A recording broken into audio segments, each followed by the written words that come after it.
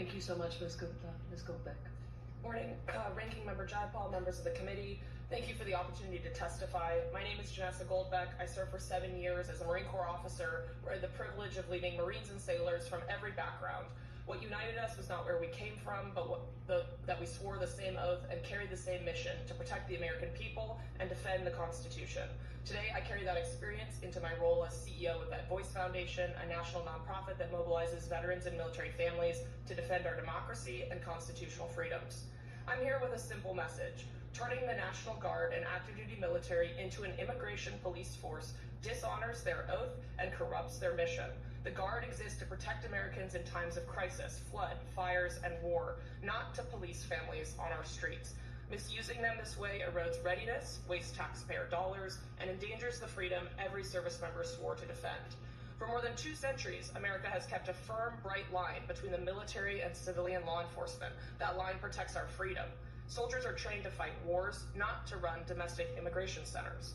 Americans serving in the National Guard serve part-time out of a commitment to their communities. They are our neighbors, our co-workers, and classmates. They join to respond to disasters at home and to defend their country in war, not to serve as immigration police.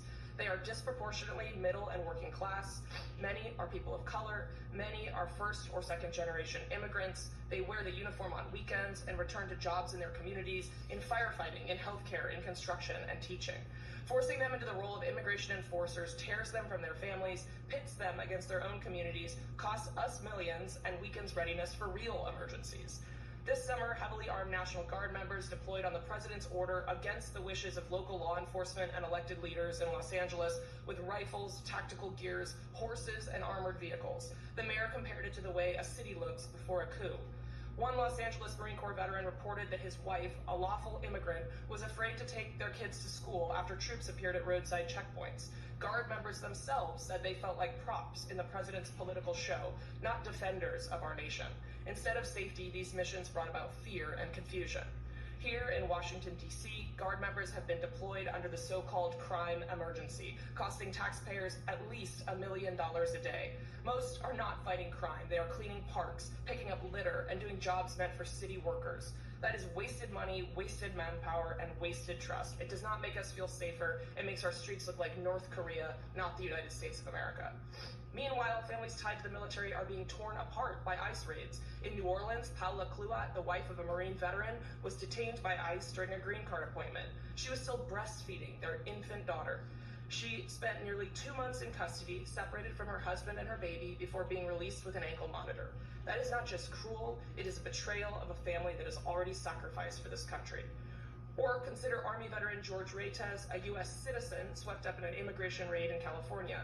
He identified himself as a citizen, but ICE agents still pepper sprayed him, broke his car window, and detained him for 3 days. His warning afterward was simple: if this can happen to me, it can happen to anyone. These are not isolated mistakes. They are part of a pattern of overreach that turns our military and law enforcement into tools of domestic fear and control. When I raised my right hand as a Marine officer, I swore an oath to the Constitution, not to the president, not to a party. Every service member takes that oath. It is a promise to the American people that the military will defend our freedom, not be turned against us. Demonizing our neighbors is fundamentally un-American. This country was built by people of every color, every faith, and every nation of origin. To turn soldiers against the very communities they come from is to deny that truth. When we treat immigrants as enemies instead of neighbors, when we tear apart the very families who serve in our ranks, we are not defending America, we are betraying it. That is why we must hold the line. The military is not a weapon of politics. The Guard is not a police force. Thank you, and I look forward to your questions.